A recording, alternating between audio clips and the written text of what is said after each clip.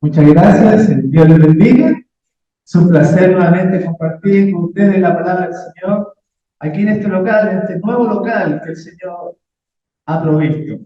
Y agradecemos a Dios entonces por esta reunión y vamos a ver nuestras Biblias en el libro de Mateo, que va a ser el texto base para esta mañana de sábado, que dice así, Mateo capítulo 5, verso 14. Un texto muy conocido, muy pequeñito, que dice, vosotros sois la luz del mundo. Mateo 5:14. Y el contexto de este versículo 14, el versículo 13, dice, vosotros sois la sal de la tierra, pero si la sal se desvaneciere, ¿con qué será salada? No sirve más para nada, sino para ser echada fuera y ser pisoteada por los hombres. Así que el propósito de nosotros como personas, como iglesia, como individuo, como creación de Dios, es darle sentido a este mundo. Y este mundo dice que lo compara con la sal y lo compara con la luz. Porque imagínense un Dios poderoso, un Dios todo creador, todo que no tiene límite, crea un planeta con cerros, lagos, mar, pero no solamente cosas físicas, sino que van en su naturaleza. Y su naturaleza es un Dios de amor, un Dios de servicio, un Dios que se compadece del que sufre. Y al crearnos, Dios cumple ese propósito, que es su propósito propio, de ser luz, de ayudar, de darle sabor en justicia, en amor, en misericordia a este planeta. Para eso nos creó, para darle vida a través del amor suyo y de su misericordia.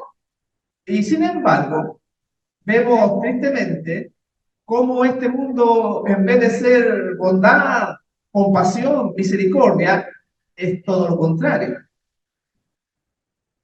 ¿Será que hemos fallado en alguna parte? ¿Será que como iglesia, como individuos, no estamos cumpliendo la labor? ¿Será que al creer que Jesús viene tan pronto y creer que estamos realmente preparados para ese acontecimiento? Por la gracia del Señor, nos hemos reunido hoy. Han pasado algún tiempo. ¿Estamos mejores espirituales o estamos peores? ¿Cómo estamos? ¿Cómo? Ahí dice, deberíamos ser más sabios, más pacientes, mejores, se supone. Sin embargo, todavía estamos en este mundo y luchando y sabiendo esta misión, deberíamos pensar si acaso la estamos cumpliendo o no, porque también vamos a leer Isaías 56. Y ahí en Isaías 56 usa una palabra muy fuerte en el verso 10 acerca de estas lumbreras, de esta luz del mundo que decía el Señor Jesús, acerca de aquellos que dan sabor a la tierra a través de la sal, hablando de los atalayas. Isaías 56:10 dice así, tus atalayas son ciegos, todos ellos ignorantes, todos ellos perros mudos, no pueden ladrar, soñolientos, echados, aman el dormir. Vean que terrible palabra. ¿Y quiénes son esos atalayas al cual se refiere acá? Para este día. Marita María. La hermana María dice, yo pienso que para nosotros mismos. Usted, hermanita Gladys. Y ya, ahí tenemos dos visiones. La hermana dice nosotros, la hermana dice los dirigentes. Bueno, se refiere a los dos tipos. Ahora tomemos del tipo personal e individual. La labor del evangelio y la predicación le corresponde a cada uno de nosotros. En la escuela sabática se hablaba de que somos tímidos para algunas cosas. Muchas personas no predican, no hacen nada, vienen al templo, a la iglesia el día sábado. Pero fíjense que no es ese el problema. La timidez no es. El problema es la comunión con Dios. Tampoco el problema es el conocimiento. que tiene falta de conocimiento, la persona dice, yo tengo falta de sabiduría, no sé cómo hablarle a la gente. Tampoco es eso. Porque hemos visto ustedes que son misioneros, ¿no? La hermana aquí hace una labor muy importante, muy grande. Pero lo hemos visto cuando, como el caso que ponía en la escuela sabática de este hermano Cantillana, que al que se le paraba le hablaba. Es porque hay que tener ese fuego interior, esas ganas de luchar, de preocuparse por las almas. Y eso no se puede compartir. Por eso que en las vírgenes fatuas, las 5 vírgenes fatuas, las 5 vírgenes prudentes, el aceite no se podía compartir. Dennos aceite. Porque el asunto espiritual es algo personal. Y acá dice, sus atalayas, sus dirigentes, su pueblo, su iglesia, son ciegos, son ignorantes. Porque cuando una persona que sea muy poco ignorante, muy ignorante, pero con 2 o 3 palabritas que le salen del corazón, que tienen a Dios, ese mensaje llega. Y aunque podamos tener televisores, pantallas, pinturas, buenos asientos, si no va lleno del celo de Dios, ese mensaje no llega. Entonces, no podemos nosotros disculparnos diciendo de que la labor de la luz al mundo, de la sal de la tierra, es solamente para los dirigentes. Somos todos responsables. Claro, los dirigentes también tienen una parte, por supuesto. Y la Biblia menciona una terrible retribución para aquellos hermanos que solamente se sientan el sábado en la mañana en el templo, porque esto está siendo grabado y va a salir en distintos países.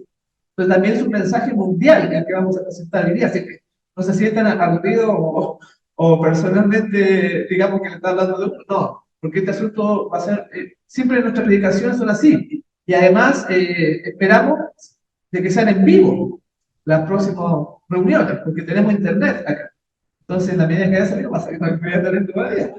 Así, claro, al mundo, porque también agradecemos, porque Dios ha multiplicado la visita a nuestros mensajes, a nuestros temas. Y, por ejemplo, acá voy a leerle algo que me llegó en mi WhatsApp, que últimamente, por la gracia de Dios, están siendo difundidos por todas partes nuestros mensajes, y me escribe un hermano de Juliaca, de Puno, específicamente. Bueno, aquí le voy a leer porque, por la gracia de Dios, hace unos años me tocó ir a hacer un congreso allá en Juliaca y cientos de hermanos peruanos allá en Perú llegaban de distintas localidades. Y entonces me escribe el hermano lo siguiente, que me llegó hace un ratito, dice, saludos, un feliz sábado, que el Señor le bendiga grandemente. Desde Perú, Puno, Sandía, Putina, Pum, me llamo el hermano Adolfo Cayasaca Coaquila. Una vez estábamos en Juliaca en un congreso con usted. ¿Cuánto quiero verlo otra vez? Bendiciones. Eso pasó hace años. Hace años. Y el hermano dice, ¿cuánto? Porque ellos arrendaron, alquilaron un colegio, una escuela, y unos salones grandes, se llenó, no sé dónde salió tanto hermano. Pero fue algo grandioso, muy bonito.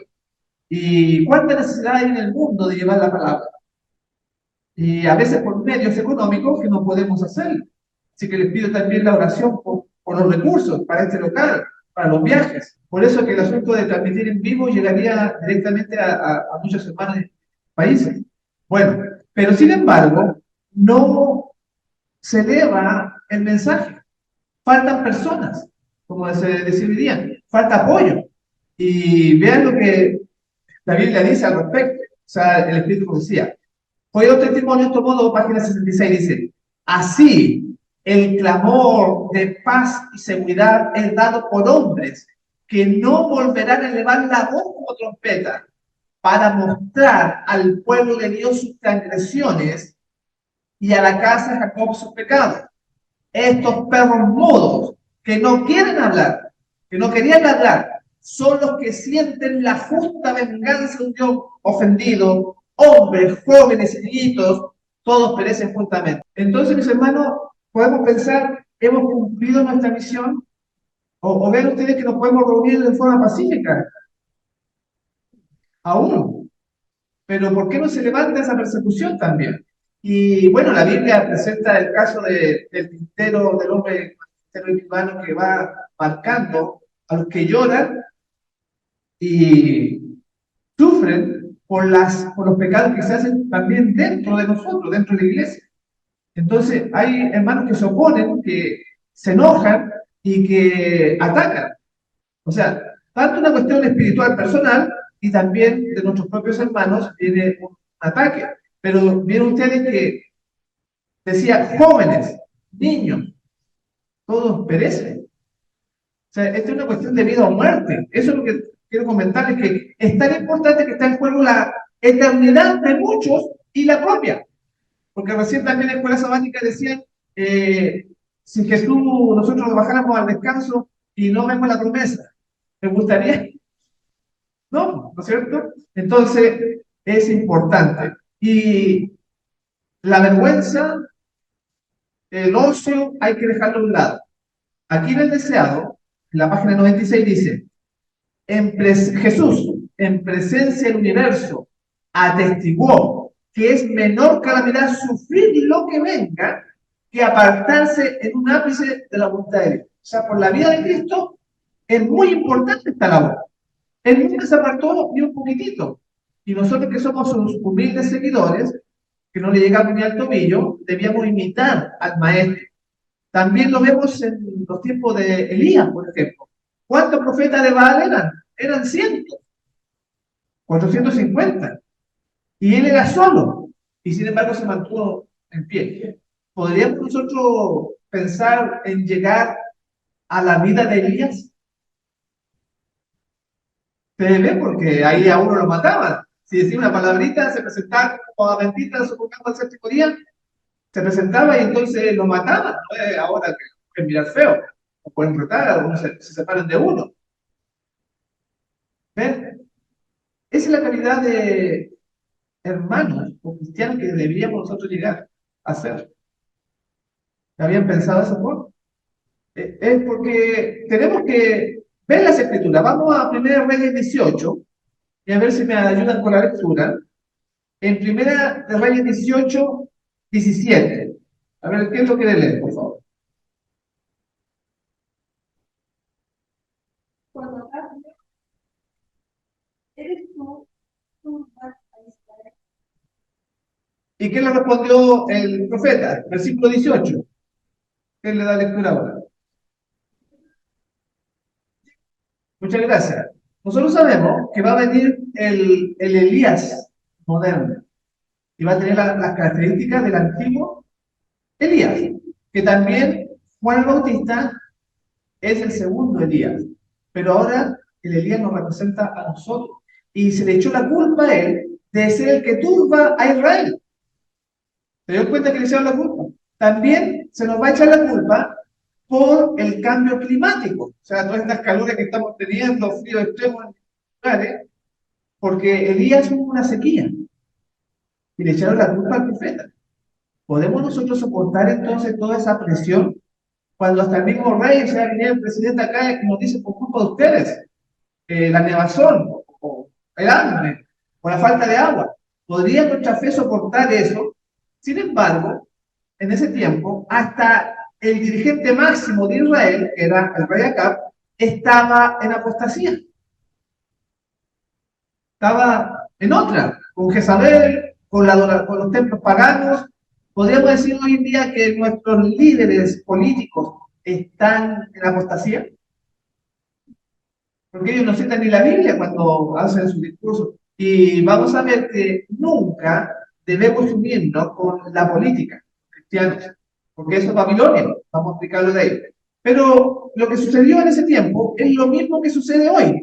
En Testimonios tomo 5, página 79 dice, el espíritu que prevalece en nuestros días es el espíritu de infidelidad y apostasía. Y la palabra apostasía significa abandonar la fe. No quiere decir que la persona no venga al templo, no estén todos reunidos ahora el sábado aquí en Santiago de Chile. Están reunidos. ¿Ah? Es la fe que abandonan. ¿La fe en qué? En la palabra de Dios. Cuando nos apartamos de la palabra de Dios, estamos en apostasía. No quiere decir que se vaya físicamente. Y en los tiempos de Elías, y durante, como muestra a través de la historia, sucedió eso en muchas ocasiones en el pueblo de Israel.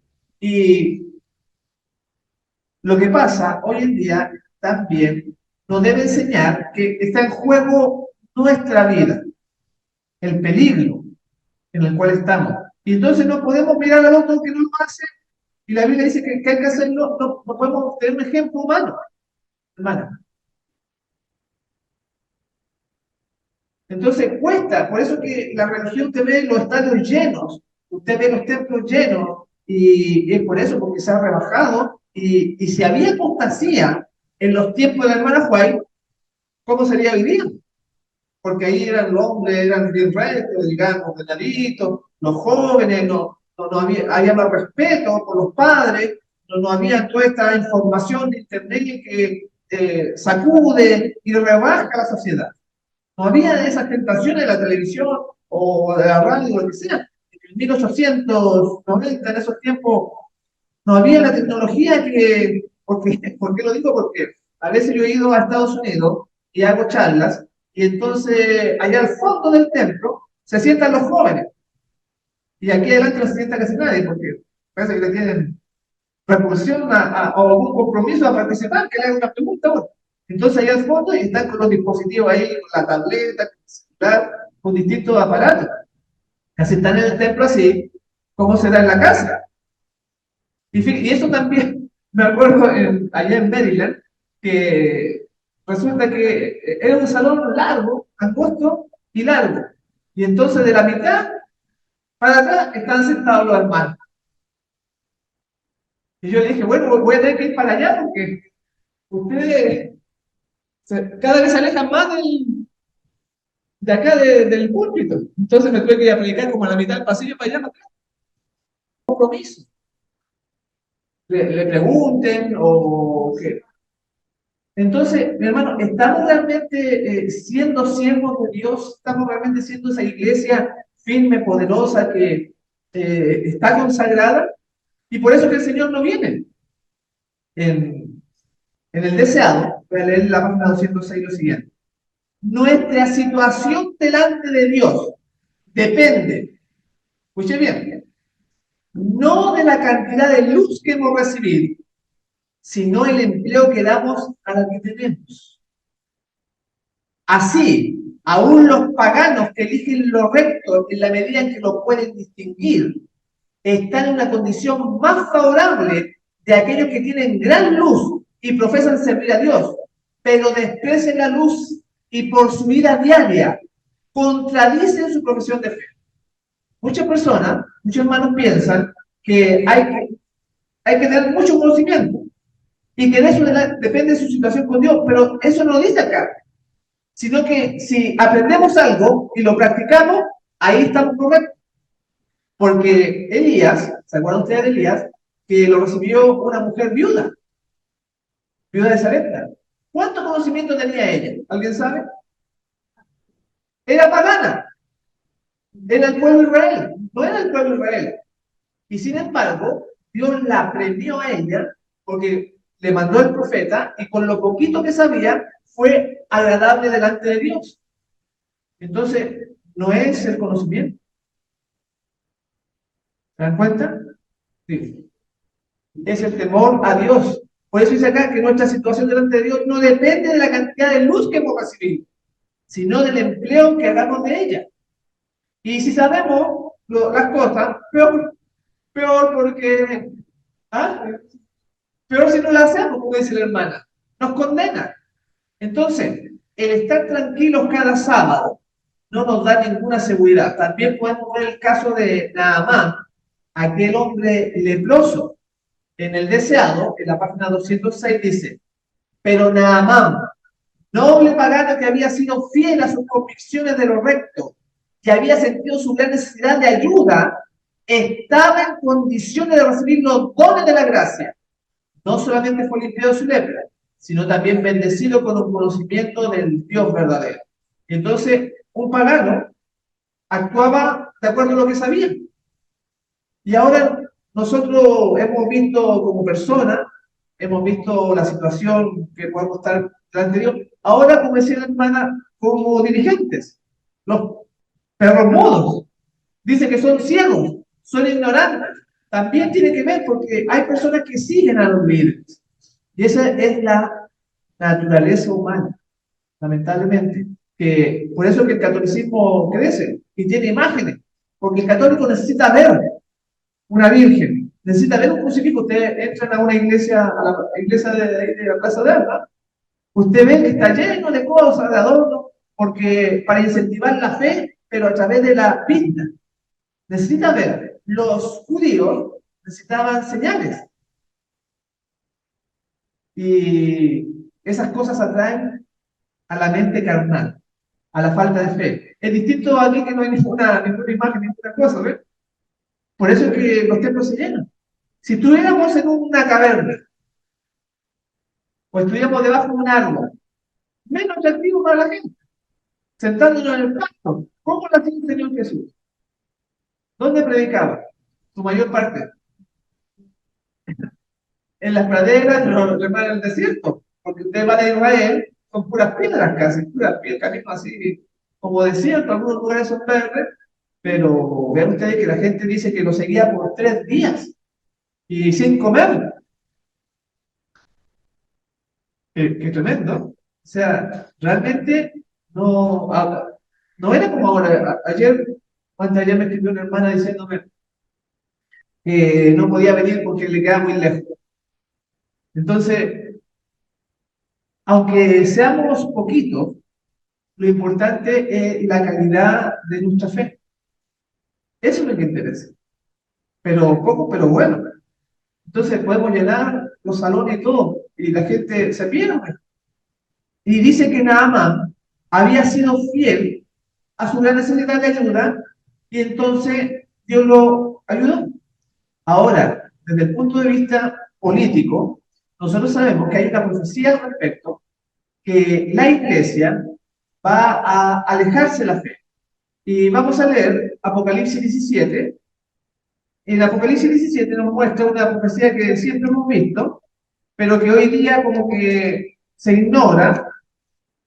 En Apocalipsis 17, versículo 3. ¿Quién le quiere dar lectura, por favor? Siga hasta el 5.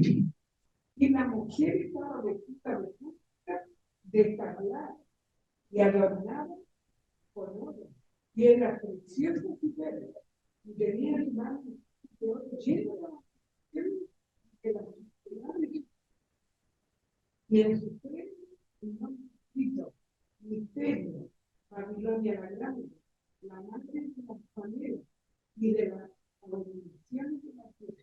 Muchas gracias. Ahí esa conocida profecía, pero que nos va a enseñar algo distinto quizás hoy en la mañana. Porque ahí decía que había una mujer sentada sobre una bestia escarlata y que estaba ebria con la sangre de los santos y estaba sobre una bestia que tiene 7 cabezas. ¿Qué representa la bestia que tiene 7 cabezas?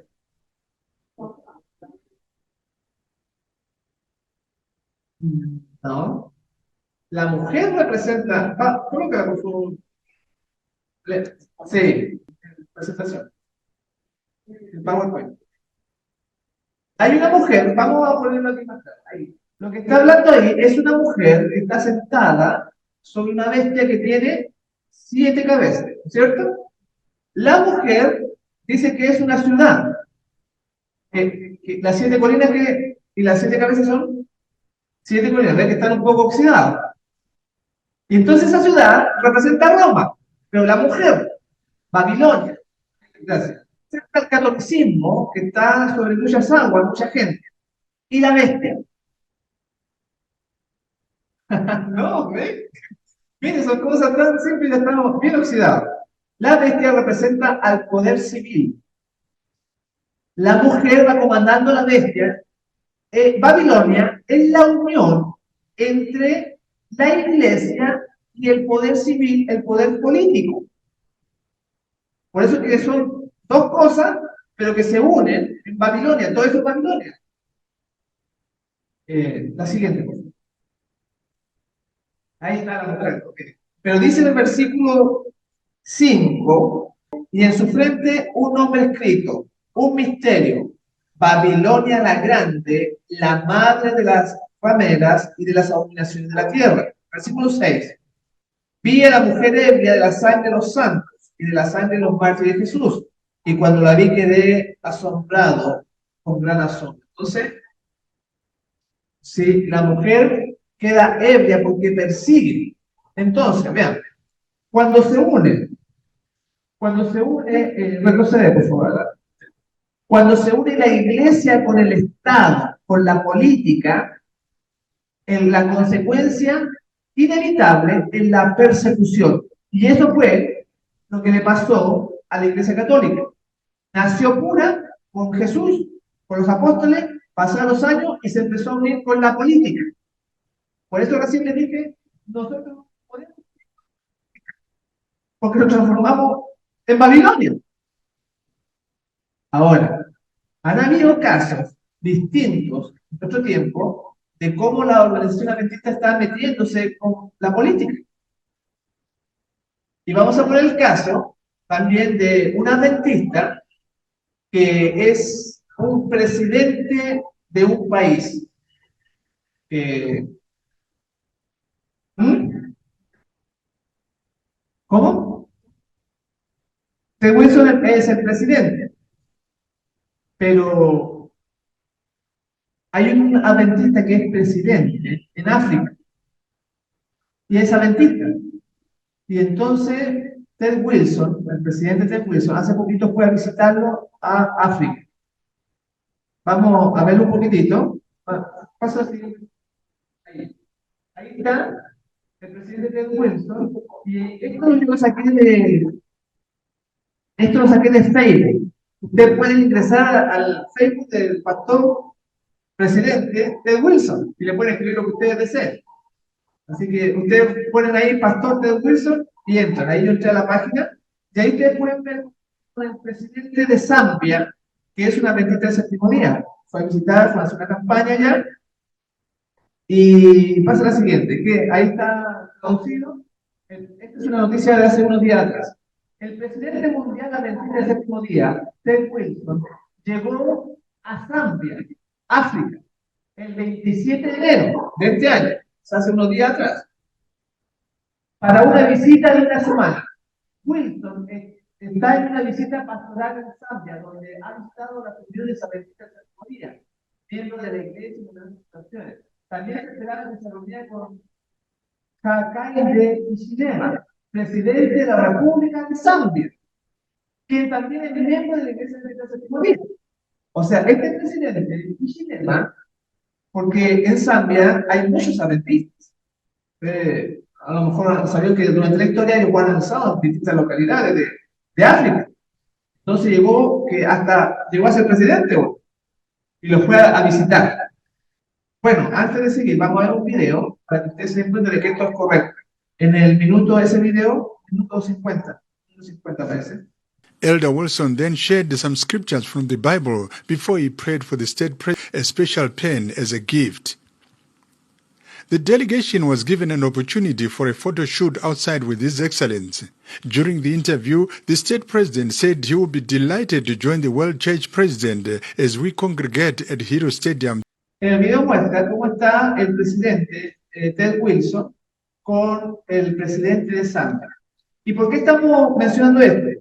Porque en la política, como se les dije, es una cosa turbia. Pasa la siguiente. Este presidente Hichilema, ahí está en la noticia, lamentablemente, bueno, está en inglés, pasa la que sigue. Ahí está en español, dice Ted Wilson acaba de llamar al presidente de la República de Zambia una adventista fiel y dedicada.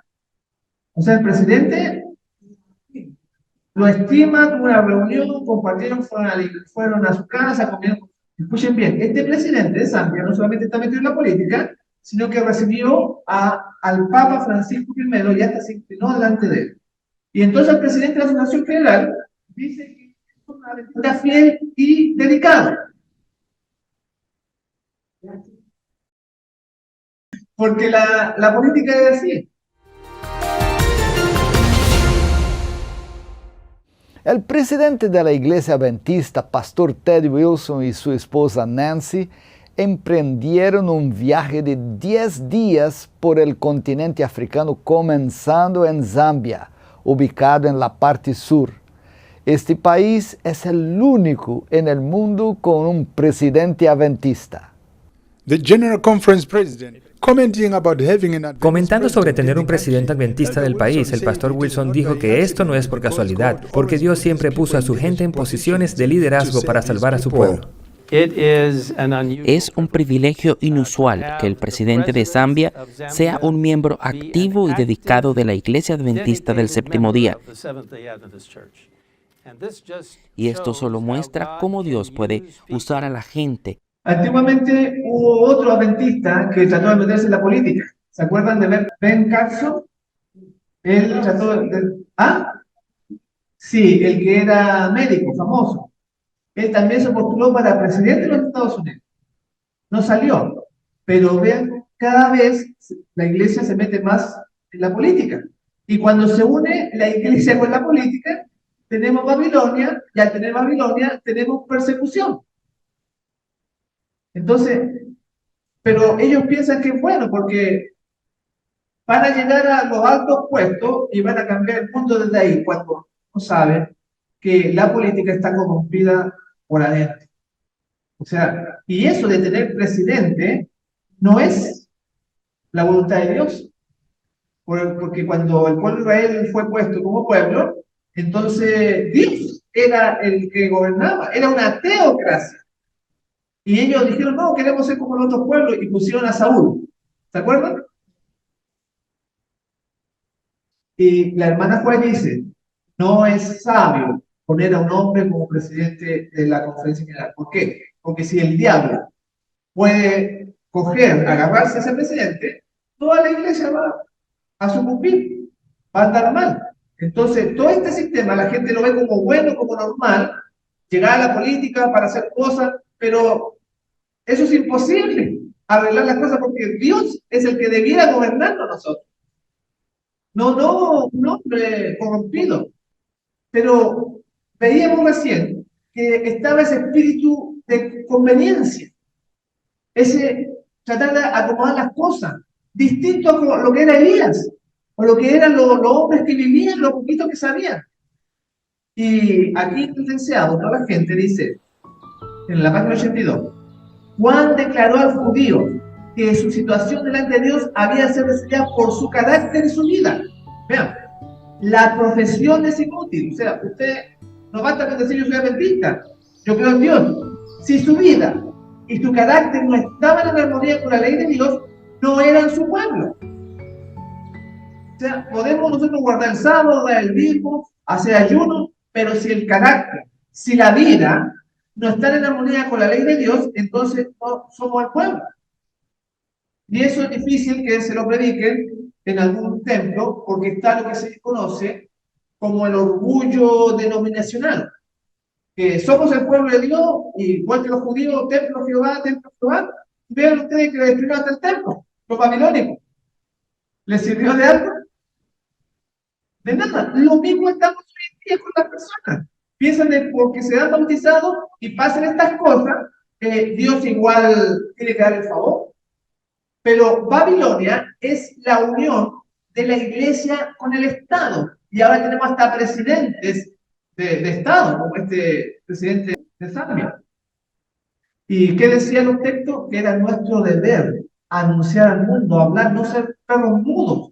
No, dice, sus atalayas son ciegos, ignorantes, no saben lo que está pasando.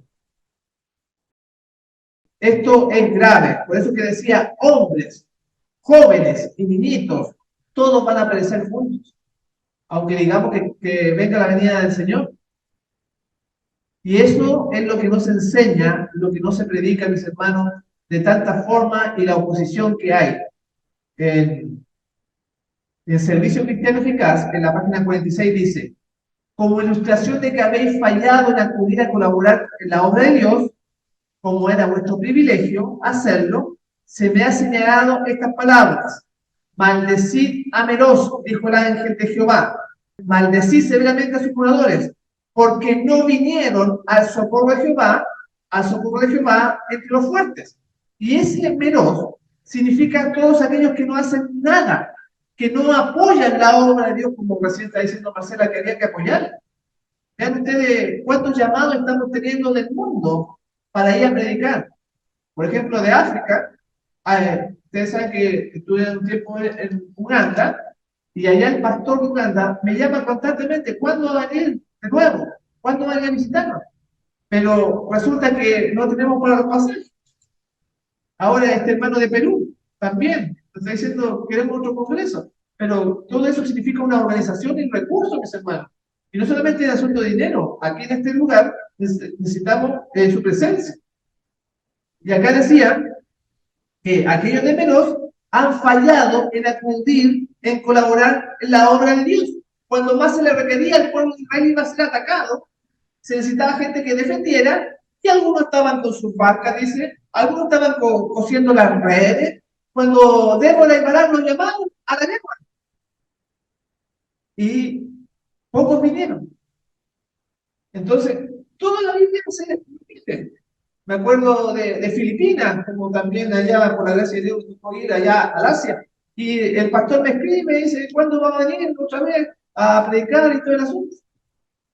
Hay mucha necesidad, tanto local como afuera, pero muchas veces los recursos, los hermanos no están. Si fuéramos cada uno nosotros como Elías, como lo estaba describiendo ahí, porque hay espejismo. Esto que acabamos de ver es un espejismo. Esto no parece bonito, parece que son de Dios, pero vean que se están uniendo con la política. Decía ahí que era un hombre fiel y que era miembro de la Iglesia Adventista del Séptimo Día. Entonces, en vez de reprenderlo, el pastor Ted Wilson lo elogia. Porque, claro, porque, ¿qué decía ahí? Que Jesús nunca transaba la verdad por las consecuencias. Y si él le decía algo al presidente, entonces era como decir algo en contra del país. Y no lo hizo. Y eso no es nuevo, porque en las imágenes que vamos a ver acá, podemos ver que esto viene de hace tiempo, mis hermanos. Con el secretario de las Naciones Unidas, con el poder global. El morenito ganó Dios, que es de relaciones públicas, de libertad religiosa. Y ahí están con los poderes globales. ¿Qué decía la Escritura? Que Babilonia estaba ebria de la sangre de los mártires. Babilonia en la unión política y religiosa, y aquí lo estamos viendo delante de nosotros. Pasa la siguiente. Por eso que no le dijo nada al presidente de Zambia. Aquí tenemos al pastor Berbish, que está con el Papa Benedicto XVI, el Papa que se murió. Eso viene de años. Berbish asistía al Concilio Vaticano II del año 1960. Imagínense, han pasado como más de 50 años, más de 60 años. Desde entonces que se están haciendo estas uniones con distintos poderes religiosos y políticos. Entonces, esto no es solamente algo puntual, esto es algo mundial, mis hermanos. Y dice que nosotros vamos a ser juzgados por nuestro carácter, por lo que vivimos. Y la iglesia está llamada a dar el mensaje del tercer ángel, donde dice, ha caído Babilonia. Si alguno adora la imagen o la bestia, ¿se acuerdan lo que dice? Y recibe la marca en su frente y en su mano, él también beberá del vino de la fornicación. Entonces, este asunto está bien unido por los poderes del mal. ¿Qué haremos entonces, mis hermanos? ¿Cuál será nuestra respuesta en nuestra vida? Recién les dije, hace tiempo no nos vemos, pero hemos mejorado, porque no podemos decir, no voy a decir solamente hemos cambiado, sino que voy a decir, ¿hemos mejorado? ¿O seguimos igual que hace 5 años atrás? ¿Cómo? Entonces, lo que debiera es una mejora, porque el tiempo pasa, se pone más sabio. Tenemos que ir creciendo. Si nos hemos estancado o hemos retrocedido, Entonces, tenemos que reunirnos para aprender la Biblia, para poder levantar nuevamente. ¿No le parece, Benito Martín? Ah, bueno. Pero debiera ser que, a pesar de todas las dificultades que tuvo Elías, debíamos mejorar, porque tenemos muchos errores, tenemos que cambiar muchas cosas. Y miren la manera que reaccionaba Elías. Profeta Israel, página 87, dice: mientras Elías veía a Israel hundirse cada vez más en la idolatría, su alma se angustiaba y se despertó su indignación. Dios había hecho grandes cosas por su pueblo, o sea, se enojó. Elías, al ver los baales, las estampas de acera, y a los hermanos no les da nada. Hemos presentado un pequeño caso, pero en otros temas yo he presentado cómo el presidente de Zambia le rinde honores al papado. Se inclinó, ya con eso lo dice todo. Cuando nosotros no debemos inclinar a ningún hombre. Entonces, se angustia usted por las almas que se pierden, se angustia por el que sufre, por el que está en angustia, está melancólico. Hay tanto sufrimiento en el mundo, mucho. Y se requiere un pueblo que consuele, que lleve ese amor y esa bondad a aquellos que el Señor ha escogido para la salvación. Y si nosotros no cumplimos esa misión, otros lo van a hacer. Porque uno es imprescindible, no es imprescindible, puede otro tomar mi lugar. Pero Dios quiere que tu candelero esté en el lugar santo, ahí en la santidad. Que Dios nos ayude, mis hermanos, porque es una tarea difícil, cuesta, pero si nos unimos, nos reunimos, oramos los unos por los otros, estudiamos la Biblia, obviamente que este hombre interior que dijimos al principio, esta sal de la tierra, esta luz del mundo empieza a crecer, empieza a aumentar. Pero si nos dejamos de apoyar en la oración, sobre todo unos por otros, entonces va a ser muy difícil. En Testimonios tomo 1, página 321 dice: en esta época terrible, justamente antes de la segunda venida de Cristo, los predicadores fieles a Dios tendrán que dar un testimonio más definido aún que el de Juan el Bautista. Y recién, cuando comenzamos, les pregunté de qué era la responsabilidad de la predicación. Me dijo forma interna, personal, y usted me dijo forma de dirigente. Es una combinación de los dos. Pero acá menciona que nuestra labor como predicadores, por eso que no es solamente entregar un moral, hay que predicar. Y nadie se puede justificar que no pueda hacerlo, porque recién les dije, es una cuestión interna del corazón. Hay hermanos que dicen, yo quiero predicar, y como le digo en esa iglesia de Maryland, los hermanos se están a fondo para que nadie que querían estar sentaditos, sin que nadie lo moleste. Eso es engañarse a sí mismo.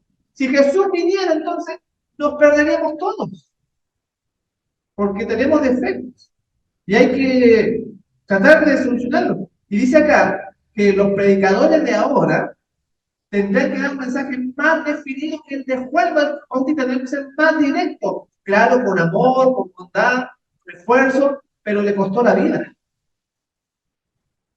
Si nos amenazara a nosotros, entonces, si ya nos da vergüenza hoy en día, nos da flojera, ¿no?, que lo haga otro, pensando que el pastor, el anciano, el dirigente, el que tiene que hacer. No, si Dios nos llamó a todos.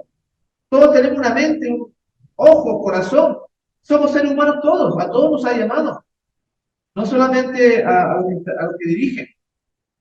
Por eso que esta es una cuestión de amor, mis hermanos, de fe, de bondad, de poder estar personalmente con el Señor. Y vamos a leer Isaías 58. En Isaías 58, un texto conocido, vamos a saber un poco lo que estamos haciendo hoy. En el versículo 13 y 14, ¿quién lo puede leer? Entonces, gracias.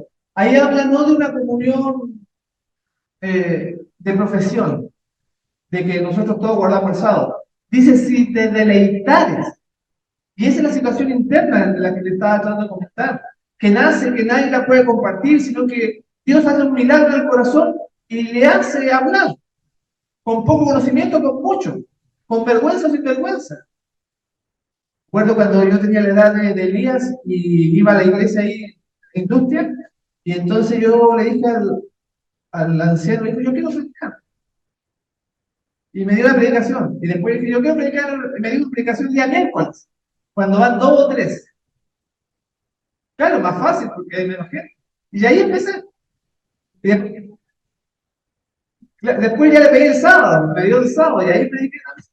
Y así, pero como joven, me acuerdo en ese tiempo, yo estaba atrás de los ancianos para que me dieran la predicación. Y ahora cuesta tanto gente que trabaja, que se dé cuenta de que de que tenemos un Dios de amor, un Dios de creador, un Dios que nos ha salvado, que murió, que derramó su sangre, y todos los esfuerzos que se requieran son pocos, con tal de servirle a Él. Y de eso se trata, no de una obligación, de una imposición. Y eso es lo que es el verdadero amor, que cuando empezamos dijimos que Dios creó este mundo, los árboles, las montañas y todo, para que se refleje su carácter en esta creación. Entre esta creación estamos nosotros, reproduciendo su carácter en esta tierra. En mente, carácter y personalidad, en la página 277 dice, por naturaleza somos egoístas y tercos. Por eso que cuesta, a algunos les cuesta más, a otros les cuesta menos. Pero dice, por naturaleza somos egoístas y tercos. Pero si aprendemos las lecciones que Cristo desea darnos, nos haremos partícipes de su naturaleza. Y de entonces en adelante viviremos su vida. Ahí sí que se puede lavar, porque vivir la vida de la iglesia es una cosa, pero vivir la vida de Jesús puede haberse retirado. Y porque después de una vergüenza, entonces, cuando uno dice, a ver, lo hago por Cristo, no importa lo que esa vergüenza se rían de mí. Entonces eso dice, cuando el yo se oculta en Cristo, brota espontáneamente el verdadero amor. No es una emoción o un impulso, sino una decisión de una vida santificada. No es que un día amanecí bien o amanecí mal. Por eso que a veces el hermano aparece y otras veces desaparece. Porque es como un péndulo. Un día están bien, otro día están mal. Una vez un hermano en Guatemala me dijo, para usted, me dijo, es una campaña en Guatemala a propósito, el 17 de abril ya están los pasajes listos para hacer una campaña ya en Guatemala, gracias a Dios. No están 10 días allá. Y allá en Guatemala, un hermano me dijo así, para usted, me dijo, todos los días son sábados. Y yo pensando, le decía, claro, para mí todos los días son sábados, porque todos los días tengo que estudiar, leer, hacer las cosas. Y algo bonito, algo hermoso, pero no es algo, un impulso o una emoción de un momento que, hoy día quiero estar con Dios. Es la vida misma. Dice, no es una emoción o un impulso, sino una decisión de una voluntad santificada. No consiste en un sentimiento, sino en la transformación de todo el corazón, el alma y el carácter, los cuales están muertos al yo y vivos para Dios. Es una frase muy hermosa porque significa que lo que hizo Juan el Bautista, este predicador grande que le preparó el camino al Señor, dijo, yo debo menguar, yo debo achicarme, desaparecer para que Cristo crezca. Y esa es nuestra vida también. Y en la medida que mayor avancemos, y si viene el Señor Jesús, entonces que nos encuentre preparado. Pero si Jesús viene y yo no hago esta muerte diaria, que se oculte el yo en Cristo, y ahí decía que tiene que haber una transformación del corazón, del carácter, del alma. Están muertos al yo y vivos para Cristo. Entonces, a pesar de nuestra depravación, como decía ahí, que somos tercos, el Señor puede hacer un milagro. Y hemos visto tanta gente que ha cambiado. Tanta gente, sobre todo se nota de lo que eran drogadictos, que lo daban todo por esa droga, ¿no? Que era borracho, que mal genio. No hay nada imposible para nuestro Dios. Si nosotros pensamos de que nuestro caso es desesperado, no. Dios perdona. Ya nos perdonó en la cruz, mis hermanos. Y eso nunca debemos olvidarnos. Que cuando estuvo colgando la cruz dijo, Padre, perdónalos porque no saben lo que hacen. Y esa oración, Dios se la contestó y perdonó a toda la humanidad, a los que estaban en el pasado y los que están en el futuro, que todavía no habían nacido, que éramos nosotros. Vivimos en un estado de perdón y no podemos dudar de eso. Entonces, ante una caída, el Señor nos levanta, que ya nos ha perdonado a todos. Si ustedes lo creen, entonces es una realidad en su vida. Pero sin dudar, si este mundo, mis hermanos, necesitase más tecnología, Dios hubiera enviado a un científico. O si este mundo hubiera necesitado más puentes, por ejemplo, hubiera enviado a un arquitecto, ¿no es cierto? O más aviones, que se llama un ingeniero. Pero no, lo que necesitaba este mundo era un Salvador. Y a ese Salvador venimos a adorar cada día, y lo adoramos en nuestra vida, en nuestra casa, en todo lo que hacemos. Él tiene que estar presente, si no, es legalismo simplemente. Por eso que cuando dice ahí, vosotros sois la luz del mundo, está hablando de su propia vida. Está hablando de su propio ejemplo cuando caminó aquí en la tierra. Vosotros sois la sal de la tierra. Pero ¿qué decía el texto? Si la sal se desvaneciere, no sirve más para nada, sino que más sirve para ser pisoteada por nosotros. Porque ustedes se acuerdan que los caminos antiguos eran de tierra, eran de polvo, pasó una carreta y llenaba todo de polvo, así como los caminos rurales, cuando pasa una camioneta, uno va caminando y le tira lleno de polvo. Entonces le echaban la sal para que no se levantara el polvo y era pisoteada la sal. No servía más para nada. Ojalá que nosotros no seamos de eso. Vamos a terminar con Juan 13, 34 y 35. Muchas gracias. Este texto es una maravilla, que complementa nuestra vida cristiana, denunciar lo que está bueno, lo que está malo. Dice, un mandamiento nuevo os doy, que os améis unos a otros, así como yo os he amado. O sea, este mandamiento, ¿era nuevo o no era nuevo? ¿Estaba en Levítico 19 o no? Vamos a leer Levítico 19 y 18. Porque dice, un mandamiento nuevo os doy, que os améis unos a otros, así como yo os he amado, que os améis unos a otros. ¿Quién le da lectura a Levítico 19 y 18? Porque ahí dice, amarás a tu prójimo, estaba en Levítico 19 y 18, y dice, un mandamiento nuevo, porque este mandamiento es más difícil que el de Levítico 19 y 18. ¿Por qué? Porque dice, ámense unos a otros como yo os he amado. En el antiguo Israel, con Moisés, el concepto de amor era cada uno lo que se imaginaba. Si usted le da a un niño que está llorando un chocolate, usted piensa que eso es amor. Si usted le da una Coca-Cola que le va a hacer daño, bueno, eso para usted es amor. No tiene algo con qué compararlo en el Antiguo Testamento. Pero desde que vino Jesús, dijo, yo le he dado algo nuevo a ustedes. ¿Me han visto cómo he amado? Así ámense ustedes, es nuevo. Hasta ese momento no había existido nada más alto que los profetas. Ahora viene el Hijo de Dios a mostrar lo que era el amor verdadero en él.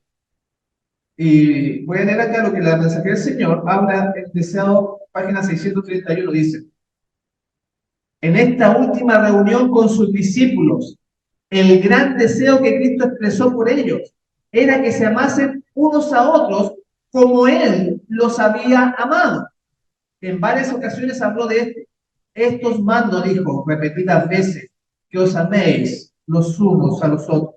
Su primer mandato cuando estuvo a solas con ellos en el aposento alto fue: un mandamiento nuevo doy, y aquí viene la explicación, que os améis unos a otros como yo os he amado, que también os améis los unos a los otros. Para los discípulos, este mandamiento era nuevo, porque no se habían amado unos a otros como Cristo los había amado. Él veía que nuevas ideas e impulsos debían gobernarlos, que debían practicar nuevos principios. Por su vida y su muerte iban a recibir un nuevo concepto del amor. El mandato de amarse unos a otros tenía un nuevo significado a la luz de su abnegación.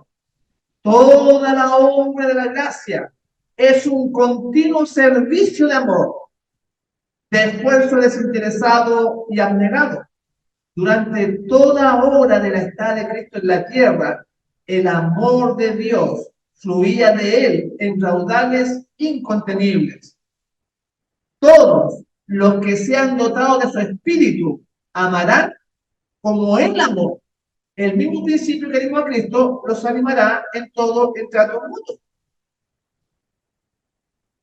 Entonces, la vida de la iglesia, de nosotros, si bajo estos parámetros que hemos leído hoy en la mañana, ¿estamos correctos o nos falta? Falta mucho. Entonces sabemos que nos queda poca vida, porque esta vida es efímera. Estamos por aquí de paso.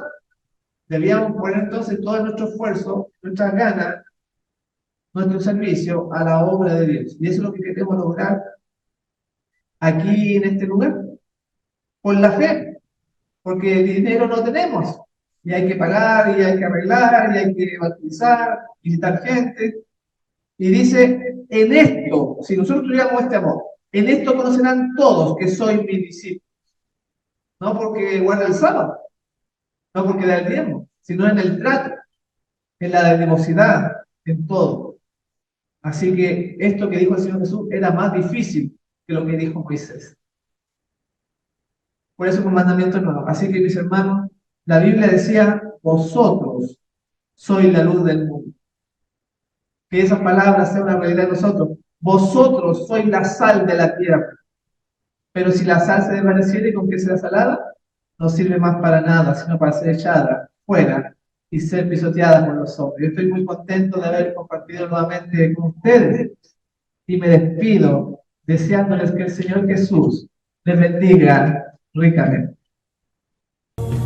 Si usted desea, puede solicitar este u otro material gratis al correo de email marcopozocl@yahoo.com o a fenaccionministerio@yahoo.com y gustosamente le enviaremos el material solicitado. Que Dios le bendiga.